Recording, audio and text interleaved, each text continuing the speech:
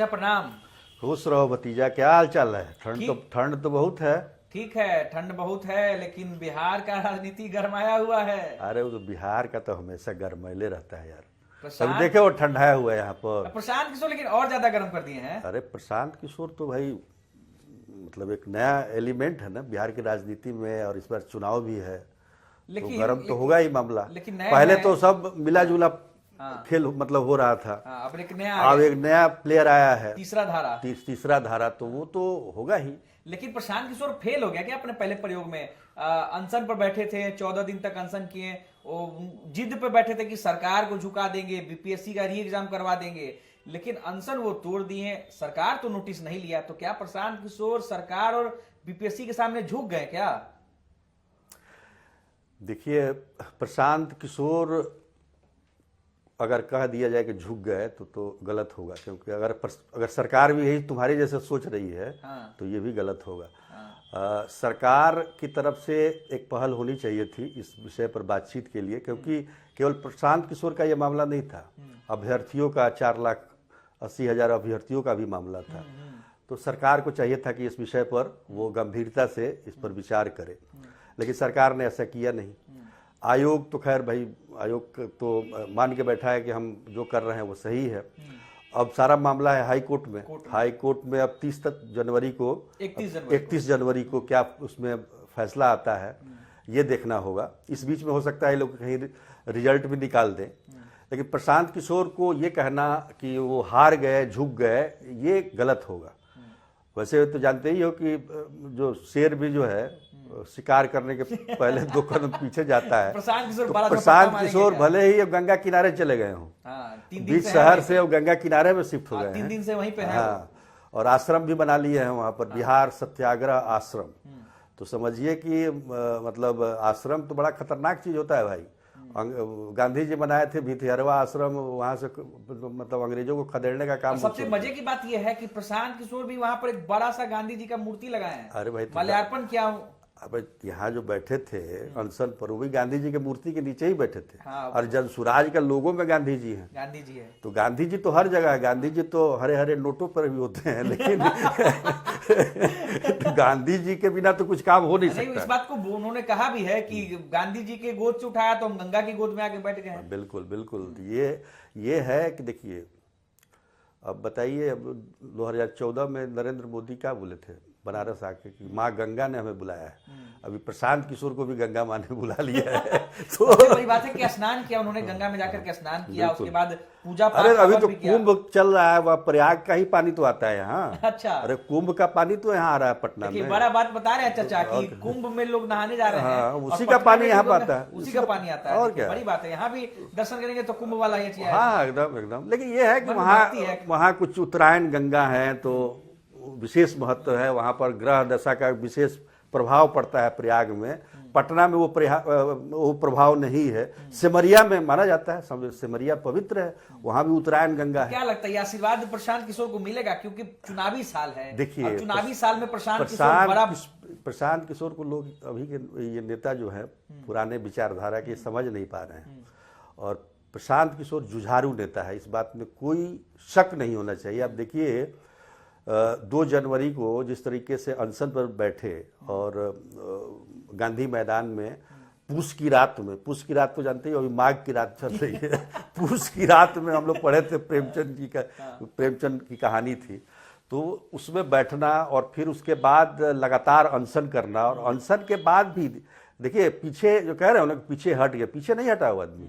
वो आदमी इस आंदोलन को और आगे बढ़ा रहा है, धीरे धीरे करके आगे बढ़ा रहा है। लेकिन बीपीएससी से पूरी तरह शिफ्ट हो गया। ठीक है, बीपीएससी एक बिहार सत्याग्रह ठीक है, मान लीजिए अब कहीं से अब सरकार नहीं मानती, अब कोर्ट भी अगर मान लीजिए कह देता है, कोर्ट भी तो कोई रोक लगाया नहीं है कि उसके रिजल्ट पे कोई रोक नहीं लगाया है।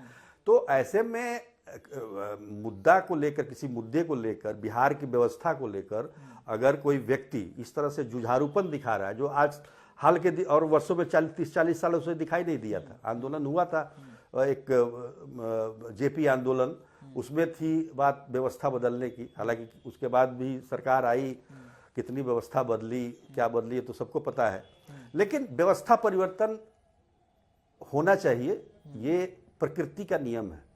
और अभी के माहौल में मुझे लगता है बिहार में नीतीश कुमार की सरकार पिछले 20 वर्षों से अच्छा काम किया है उन्होंने, कोई दो राय नहीं है। काफ़ी डेवलपमेंट हुआ है, विकास हुआ है, हर क्षेत्र में हुआ है, चाहे सड़क हो, बिजली हो, स्वास्थ्य हो, सब चीज़ में विकास हुआ है। लेकिन जिस गति से होना चाहिए वो गति नहीं है। और विकास के अलावा सबसे परेशानी वाली बात जो मैं गांव में या कुछ लोगों से मिलता हूं या कहीं भी किसी चौक चौराहे पर बातचीत होती है तो सबसे ज़्यादा त्रस्त लोग किस चीज़ से है? भ्रष्टाचार से। बिना पैसे दिए कोई काम ही नहीं हो रहा है, न थाना में केस दर्ज हो रहा है, न BDO CO के यहाँ कोई काम हो रहा है, न कागज जमीन का काम हो रहा है। तो ये जो चीज़ें हैं ना, इसको, इस व्यवस्था को बदलना है। और इस व्यवस्था को बदलना तभी संभव होता है जब पूरी की पूरी व्यवस्था बदले। प्रशांत किशोर उसी व्यवस्था को बदलने की बात कर रहे हैं। वही बात कर रहे हैं। तो ये एक बड़ी बात है। लोग बोलते हैं कि चलिए जात पात पर बिहार की राजनीति होती है। राजनीति हर जगह पर जात पात पर आधारित। अमेरिका में नहीं श्वेत और काले का, ब्लैक का होता है, तो हर जगह ये होती है। लेकिन यहाँ पर इस बार का जो मामला है, ये 2025 जो है ये निर्णायक साल है, बिहार के लिए निर्णायक साल है। देखिए, आप बिहार के ग्रोथ को देखिए तो इसका ग्रोथ सबसे ज़्यादा कब हुआ है? एक तो आज़ादी के समय हुआ था और उसके बाद बीच में स्थिरता आ गई थी 2005 के बाद फिर हुआ, और उसके बाद सीधे नीचे चला गया था। 2005 के बाद से ये उठना शुरू किया है। तो इसको और किस गति से लेके जाना है, इसके लिए तो व्यवस्था परिवर्तन जरूरी है, इसमें कोई दो राय नहीं है। और निश्चित तौर पर प्रशांत किशोर को के मन में ये बात है कहीं ना कहीं। और इसलिए अब देखिए, गंगा के किनारे इतना बड़ा आश्रम बन गया, वहाँ मतलब सर्वोदय ने बिहार सत्याग्रह आश्रम उसका नाम हो जाएगा। और 24 घंटे में इस आश्रम को खड़ा कर दिया। ये सबसे बड़ी बात है। और सुने हैं कि 5-5 हजार लोग रोजाना प्रशिक्षित होंगे। प्रशांत किशोर ने खुद कहा है। और सोचिए कि 1 लाख, मतलब सवाल है कि लोग जुड़ते जाएंगे ना। अभी ये जनवरी का महीना चल रहा है, अक्टूबर में चुनाव होना है। कम से कम 8 हफ्तों का उन्होंने वक्त दिया है कि 8 हफ्ते तक रोजाना प्रशिक्षित करेंगे लोग। बताइए, तो ये तो मतलब एक नया, अभी आप क्या है, आप ज़्यादा से ज़्यादा क्या करते हैं? अभी मैं देख रहा हूँ तो पॉलिटिकल पार्टियाँ क्या करती हैं, वो जाके सदस्यता अभियान चलाती हैं, जोड़ती हैं, मतलब भले वो आए नहीं आए। लेकिन यहाँ तो 1 लाख लोगों को इनका लक्ष्य है कि 1 लाख लोगों को तैयार कर देना है 8 हफ्ते में। तो ये इस तरह से अगर देखा जाए तो ये एक बड़ा फोर्स बन जाएगा ना। एक सवाल मेरे मन में है कि नीतीश कुमार प्रगति यात्रा पर हैं, तेजस्वी यादव भी यात्रा पर हैं, तो 2 धारा बिहार में, एनडीए और महागठबंधन की जो धारा है, दोनों ही धारा की जो पार्टियां हैं वो यात्रा कर रही है। तीसरी तरफ प्रशांत किशोर जाकर गंगा के गोद में बैठ गए हैं। तो क्या एक बड़ी सुनामी लेकर प्रशांत किशोर आएंगे, जिस सुनामी में कह सकते हैं कि एनडीए और महागठबंधन जो है दोनों बह जाएगा? ऐसा कुछ हो सकता है? देखिए, यात्रा तो प्रशांत किशोर पिछले 2-2.5 सालों से कर रहे हैं पद यात्रा। और उत्तर बिहार में लगभग उन्होंने पद यात्रा पूरी कर ली है अपनी, दक्षिण बिहार उनका बाकी है। और मुझे लगता है कि अगर ये आश्रम, नया उनका आश्रम में बैठने का जो शेड्यूल है, अब वो दक्षिण बिहार में कब जाएंगे, क्या जाएंगे, ये देखना होगा। नीतीश कुमार हर साल यात्रा करते हैं, जब भी देखोगे तो यात्रा करते हैं वो।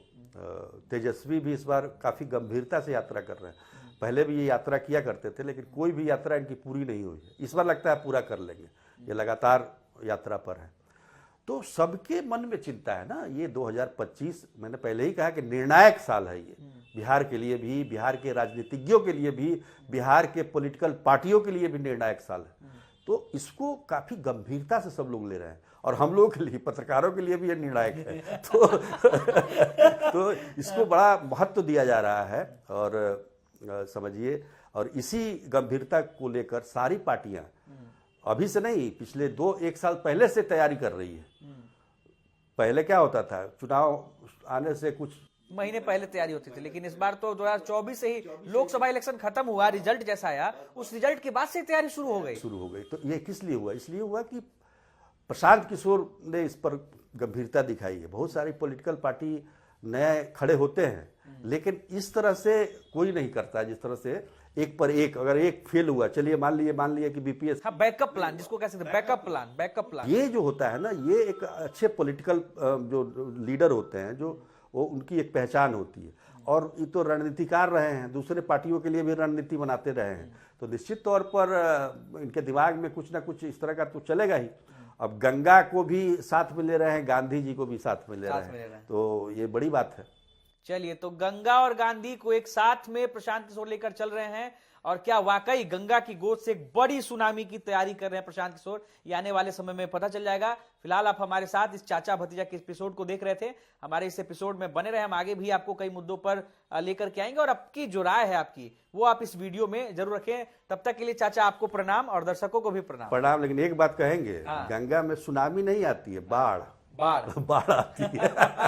समुद्र में सुनामी आती है, इसीलिए ना चाचा और भतीजा जो है ना, भतीजा चाचा के शरण में सीख रहा है सब कुछ। चलो ठीक है, चलिए, खुश रहो, आनंद लो इस राजनीति का, और प्रसन्न रहो, बस यही है ठीक है, मूल मंत्र। नमस्कार।